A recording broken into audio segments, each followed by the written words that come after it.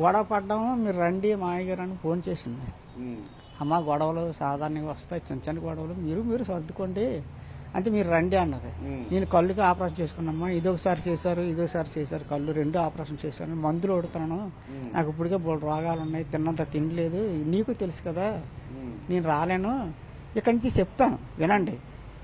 నేను అక్కడికి వచ్చి నేను ఇంత కష్టపడి వచ్చి అక్కడికి వచ్చినా నీకు అదే చెప్పాలా, నువ్వు వినవు ఆడు వినవు, నన్ను బాధపడటం తప్ప నా శ్రమ పోవడం తప్ప ఏమీ లేదు, ఏదో మీరు మాట్లాడుకొని మంచిగా ఏదో ఉండండి, జీవితం అంతా బతకాలి కదా బతుకు, అందులో పిల్ల ఉంది, చుక్కలాంటి పిల్ల ఉందండి, మా మనవరాలు చూస్తే ఎంత బాగుంటుందో తెలుసండి, చాలా బాగుంటుంది, అంత అలాంటి పిల్లని మరి ఇద్దరు ఇలా ఇడిపోతే ఆ పిల్ల పోతే ఏమన్నా ఉండి కదా, మంచో చెడ్డో పెళ్లి చేసుకున్న తర్వాత తప్పదు కదా, ఉండాలి.